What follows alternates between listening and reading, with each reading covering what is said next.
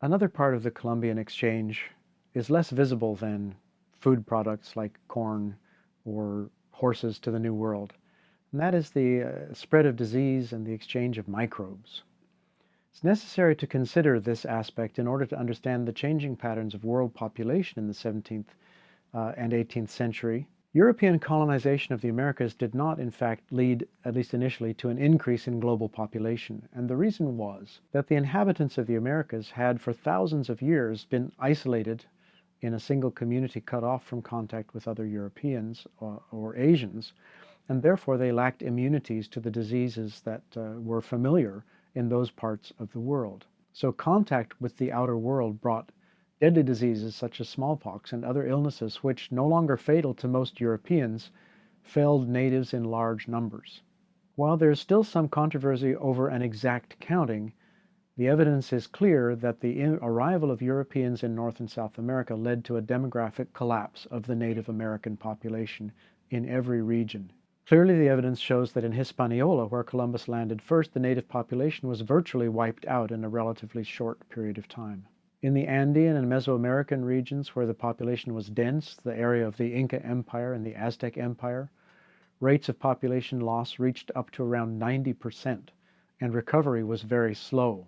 In spite of how horrific these loss rates might be, there's little evidence that the Europeans consciously attempted to practice genocide. The Spanish Church and the Spanish state authorities tried to protect the natives, in large part because they needed a large population for workers and for consumers, but it didn't make any difference to the course of the diseases. Similar losses occurred in North America, where English and the French colonists and traders brought influenza, smallpox, and other diseases among the natives. North and South America were not the only global regions where disease had demographic consequences of great significance. In some regions in Eurasia and elsewhere, the impact of contact with outsiders led to results very similar to what happened to the Native Americans. For instance, as the Russians expanded into Siberia, they brought with them diseases that decimated the natives of the region, even though it wasn't their intent. Similar consequences happened as the Europeans penetrated into Australia and other parts of the Pacific. And one could even see the spread of diseases along the periphery of the Chinese Empire as it increased the colonization of its edge regions throughout the 18th century. In some respects, it appears that the age of plague that started in the 14th century actually increased in virulence as it spread around the world. But in Eurasia, the patterns of disease also changed. For instance, leprosy, which had been widespread in earlier centuries, diminished, but tuberculosis, which had not been a major killer until the 16th century, perhaps in fact strengthened by a new strain of the bacillus from the New World, and venereal disease, also perhaps strengthened from the New World, increased. Other diseases left their original habitats to spread into new areas. Cholera and yellow fever, for instance, once tropical, appeared in new regions, and cholera epidemics in various parts of Europe linked to unsanitary conditions and poor water were widespread. Other diseases thrived in new environments like the overcrowded and badly drained towns of industrializing Europe, such as dysentery and typhus. Some form of disease that contemporaries called the plague, whether it was identical to the Black Death of the 14th century or to the bubonic plague that we know from more recent years, continued to break out in various parts of Eurasia well into the 19th century. The cumulative effect of the demographic impact of these outbreaks of disease, both in Europe and Asia, and especially in the New World, was to generate differential needs for labor, stimulating another exchange, the exchange of human populations for purposes of providing labor. A long-term consequence of the demographic changes brought about by the discovery of the New World was a long-running and difficult labor shortage in the new colonies. The native population had been decimated by disease and sometimes by conflict. And in any case, the practice showed that Native Americans were not well suited for the kind of work that was needed to make colonial agriculture profitable. Tended to be plantation farming, also domestic labor and mining and other areas like that. When enslaved, the Native Americans quickly died. So the alternative was to seek labor force by bringing people over from Europe. but attempts by both the Spanish and the Dutch to do so in their colonies in the 16th century essentially failed. English colonies founded in the New World in the 16th century almost all died out and disappeared. The death rates for early colonists were astonishing. Alternative sources of labor were sought throughout the 17th century in the form of indentured labor from Europe. Indentured labor is labor that is not slavery in that the laborer has signed a contract. The contract is usually for a term of years, sometimes 7, sometimes 14 or more. And under the terms of the contract, the laborer is supposed to work out that indentured servitude. It's called indentured, by the way, because the contract was divided into two pieces with a wavy line like teeth, like it had been bitten apart by teeth, hence dentured. And when you put the two halves together, you could read the full contract. Indentured servitude did not work out terribly well. It was an outlet for desperate people in Europe, but there was still demand for more labor, especially in the plantation type crop growing colonies. And the black Africans as a slave became the most important source of labor as slave markets gradually opened up to the English. The English colonies that had been established in Virginia and elsewhere in North America found it very difficult to sustain their own populations by natural birth rates. It took quite a long time before population growth through natural increase was the way in which the North American European originated population expanded. For the Virginia colonists, the climate where they landed was unexpectedly insalubrious. They knew darn well that they were at the same latitude as the Azores Islands, but the climate of Virginia is not the climate of the Azores. And they cited the early colonial establishments in swampy areas for reasons of self-defense, which meant that they were also naturally very unhealthy, and most early colonists simply died. It took about half a century before natural increase in the Virginia colony began to take place. Increased immigration helped. The rate of immigration to Virginia tripled from 1650 to about 1670. The New England climate and the resources of the New England colonies suited immigrants better. The colonies in New England were self-sufficient after about 10 years, but that was simply being able to feed themselves. And there isn't really much to draw a subsistence farmer from the Old World to the New World to practice subsistence farming. So in the course of the entire 17th century, the total immigrant population of the North American colonies north of Virginia was about 21,000.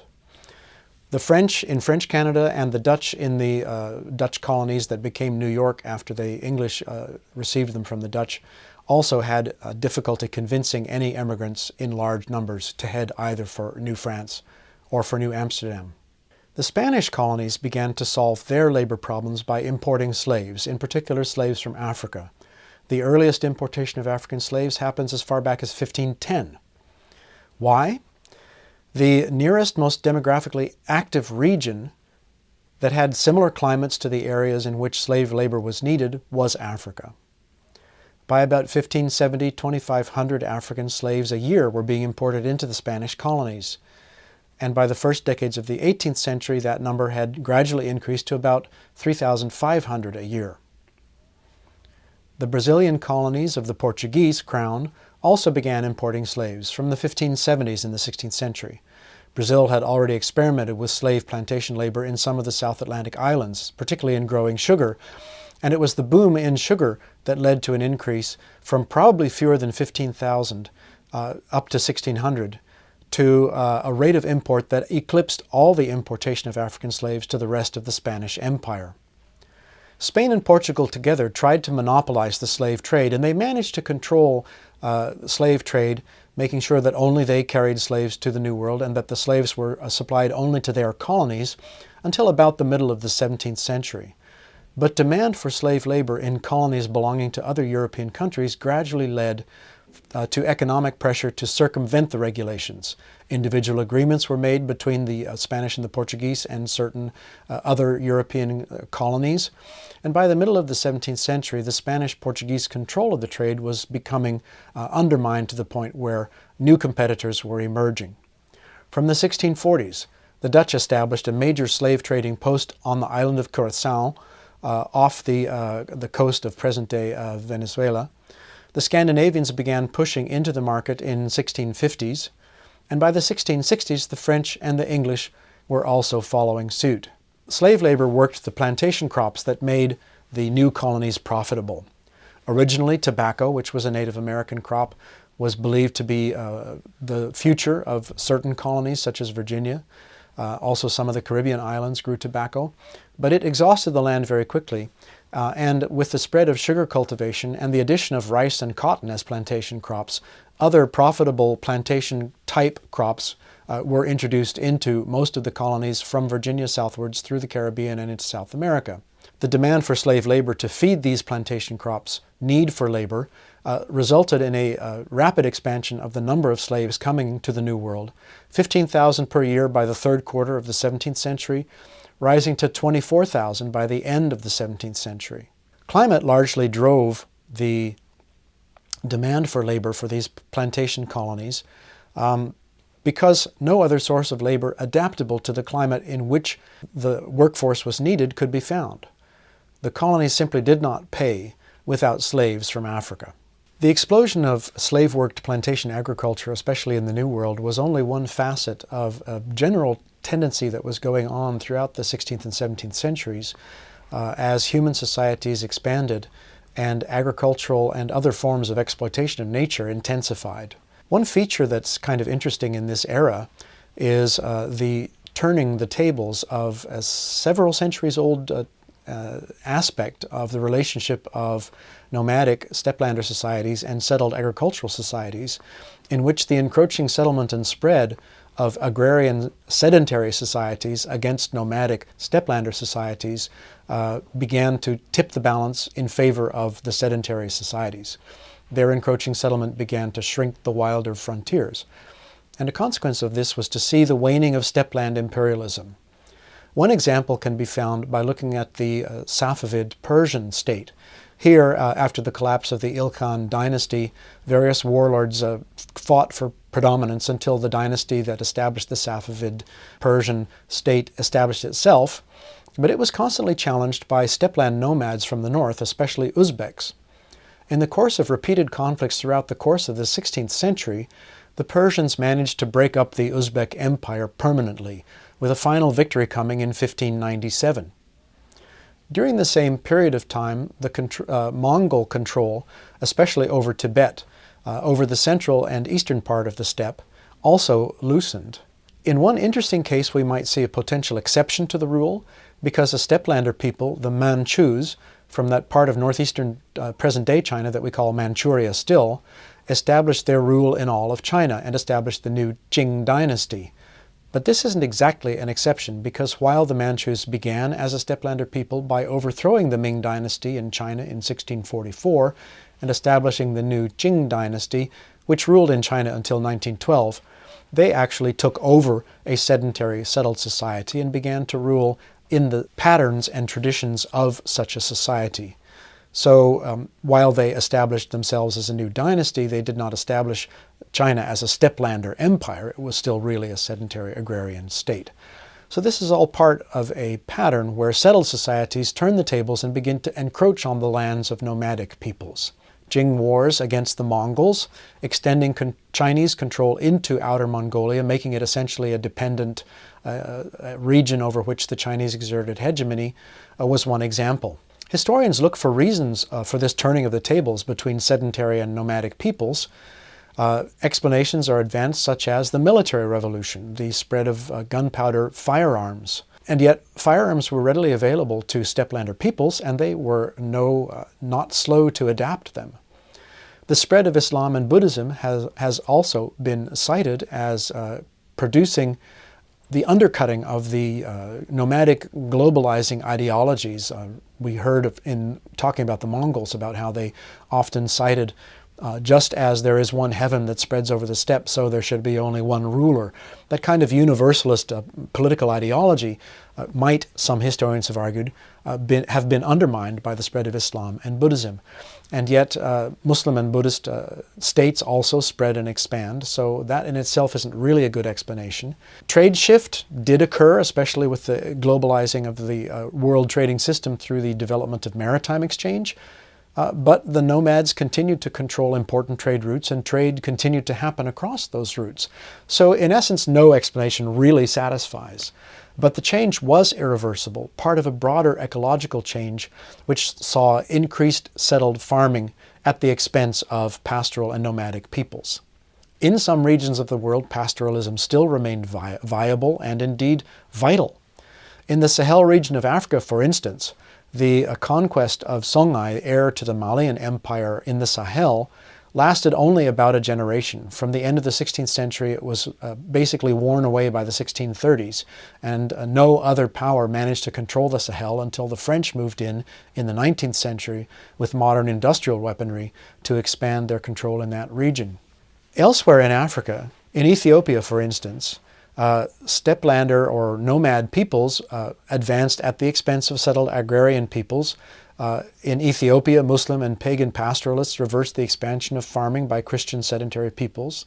In the Cape region of southern Africa, native African cattle herding by the people that called themselves Khoi, probably driven south by the expansion of Bantu-speaking African peoples in central and southern Africa, was increased by Dutch settlers when they established a permanent presence on the Cape in the second half of the 17th century.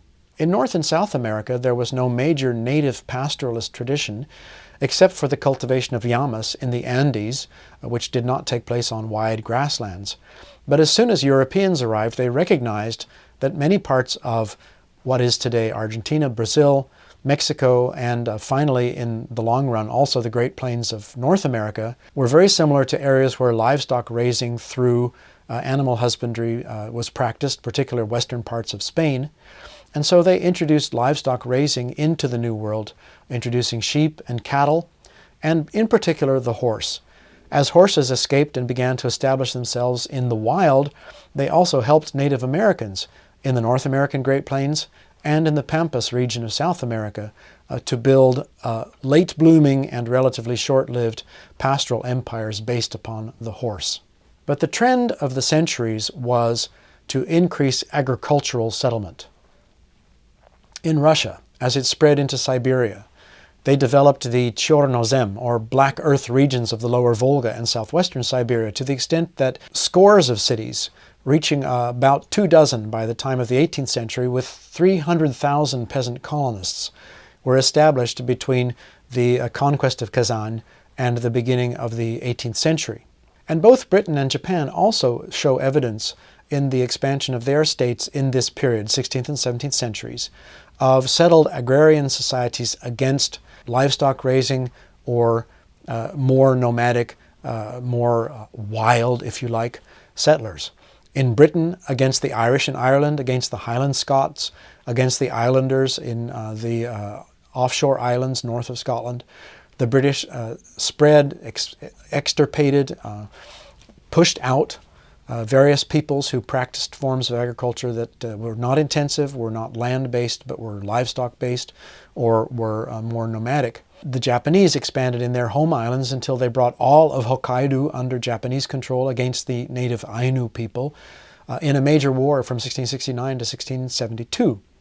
And what's interesting when you look at the sources is how dramatically similar the way the Japanese and the British describe the society and cultural level of these so-called natives, whether it's Irish, Gaelic-speaking Highland Scots, or Ainu peoples, and how similar they describe their descriptions of these people are to the way in which Europeans talked about the cultural level and the society of Native Americans. Englishmen writing about the Irish in the 16th and 17th century used terminology that's practically identical to the way in which they described Native Americans, as savage, as lazy, as not agriculturally competent, as incapable, therefore, of properly ruling themselves.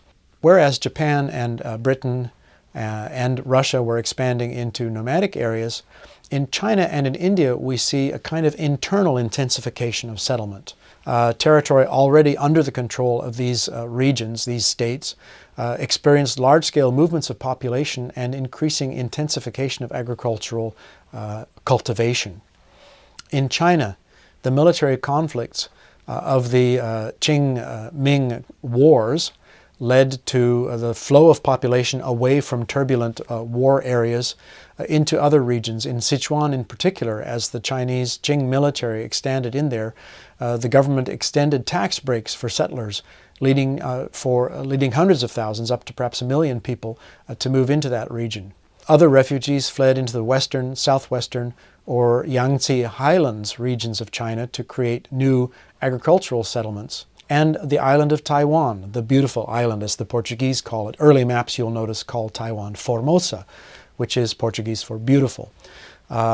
Chinese settlement into Taiwan, which at that time was claimed by the Dutch, who had seized it from the Portuguese, preceded the extension of Chinese political control to the island when the Qing drove the Dutch out and extended direct Chinese control. Even the emperor himself, coming from Manchuria and belonging to the Manchu people, the Qing dynasty that the Manchus had formed, even the emperor himself could not prevent the extension of agrarian settlement into Manchuria and Mongolia. Even though the empire desired to use these regions, the sort of hotbed of steppelander military prowess and cavalry, to use these regions as a source for military recruitment, the fact that land was lying there uncultivated and arable drew unofficial migrants whose presence had to be recognized officially in the long run. The Mughal Empire in India practiced similar policies of intensification of agriculture as a way of uprooting people who could not be controlled. In particular, in cutting down jungle, the word comes from an Indian language, and increasing farming, which was often done through the increasing grants of land to Muslim institutions that would settle peasants on the land granted to them. Where farming was established, the Mughal Empire could take 1/3 of the production as taxes to the state. Especially in the northeastern region of Bengal, where the Mughals were extending their control against local peoples, the spread of Islam through the granting of land fiefs was one way of intensifying agriculture, spreading political control, and spreading the religion of the Mughal rulers. So in all these areas we see intensification of agriculture, spread of sedentary settlements against different kinds of non-sedentary agricultural peoples as a general trend of the period. During the 16th and 17th centuries, as the human cultivation of land and exploitation of nature intensified, various different patterns of land exploitation emerged inside empires, on the frontiers of empires, and beyond. In the Americas, in Spanish America, the Spanish had inherited two urban civilizations, essentially, the Inca civilization and the Aztec civilization. And in spite of the demographic collapse, the pattern of Spanish American development was based upon an urban system. They either took over and redesigned and rebuilt a Native American city establishments, or they built completely new cities, such as the Spanish-built capital of Peru, Lima, to replace Cuzco, the last Aztec capital. In those cities, a multi-ethnic class structure emerged, which was created through the establishment of society in which the Spanish intermarried with Native Americans and to some extent with Africans brought over as slave labor. As a result, they developed societies within these urban Spanish settlements where there might be a very strong, very powerful, very wealthy upper class that was purely European in descent and often born in Spain, the so-called peninsulares, because they were born in Spain. But there was a very important middle class, often very significant, that was made of mixed European and Native American descent, and sometimes mixed Native American African European descent, or some other permutation of those combinations. And at the very bottom, there was a slave class, largely African slaves.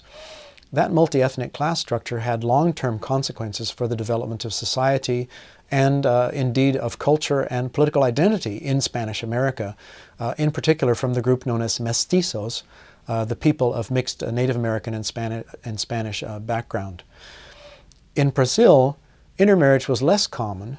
The way in which a Portuguese expansion of their colonial presence in Brazil was carried out was also not urban-based, and it was largely confined for quite some time to the coastal zones where sugar plantations could be profitably established.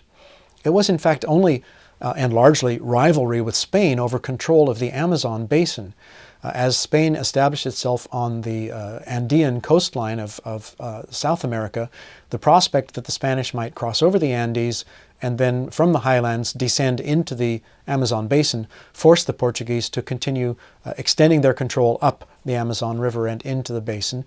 And that interest in the interior was, of course, cemented and stimulated tremendously by the discovery in the 1680s of gold and diamonds in the province of Minas Gerais. So that drove the Portuguese to extend into the interior. The British in North America created societies that exploited the land in different ways. As I mentioned, in the New England colonies, the existence of self-sufficient colonial agriculture was fairly rapidly established by about 10 years from the establishment of the colonies, but plantation profitable crops were unable to be grown in New England. However, the New English colonies made themselves very wealthy, and that wealth, in a sense, did depend on the explosion of the slave trade. They made themselves wealthy from the trade in slaves. They made themselves wealthy from the so-called triangular trade, which was a trade based on slave-produced products and the demand for other kinds of manufactures. Molasses could be distilled into rum, which could be traded for manufactured goods, which could be traded for slaves, which could be brought over to produce sugar, which could be refined, a byproduct of which was molasses, which could be distilled into rum. And so a triangle of trade was created in which New England and New England trading families played a very major role. One might mention the Brown family of Rhode Island, the family who, in a philanthropic way, established Brown University, one of the Ivy League schools, but whose wealth was in part derived from their participation in the slave trade, as well as their control of the so-called East Indies trade in the luxury products of Japan and the Indian Ocean system.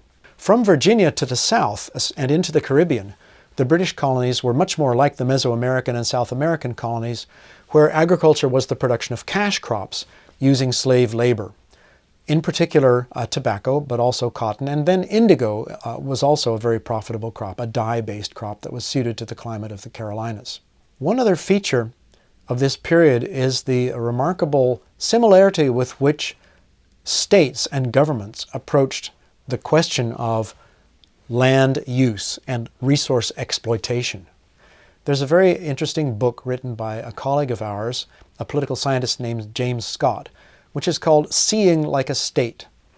And it discusses the development of the modern state with its incredible record-keeping and penetration of everyday private life from a period round about the Renaissance, round about the period we're talking about, 16th and 17th century, through to the modern age. We can see as we look at this period that governments began to be interested in what their land was, what it was like, what it produced, how production could be increased.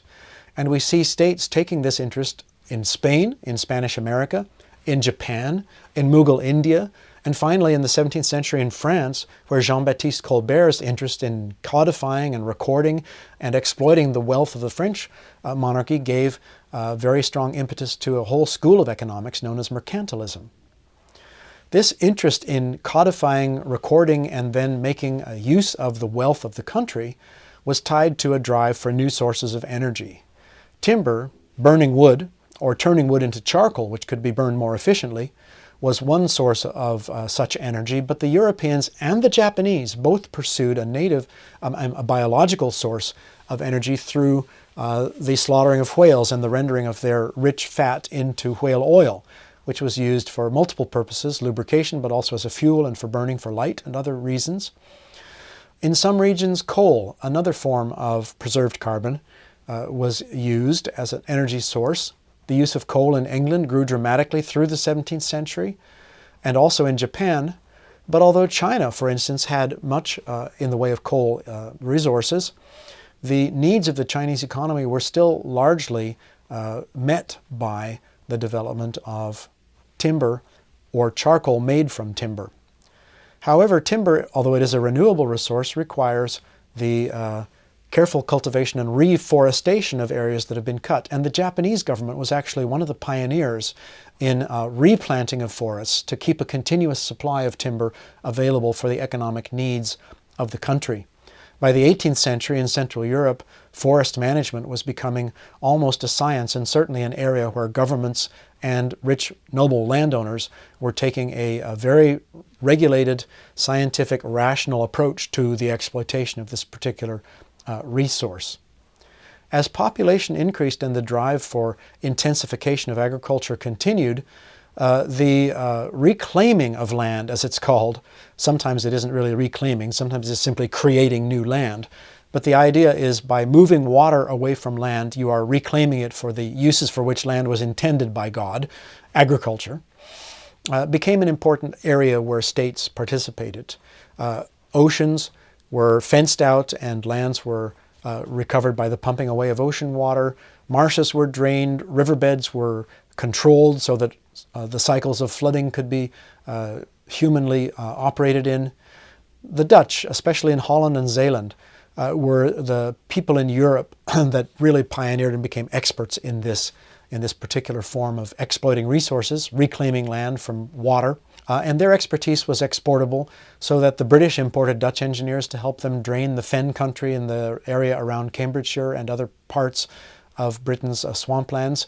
But the Japanese too controlled the river deltas and drained and tried to channel the flow of rivers to allow the area of agricultural land to expand.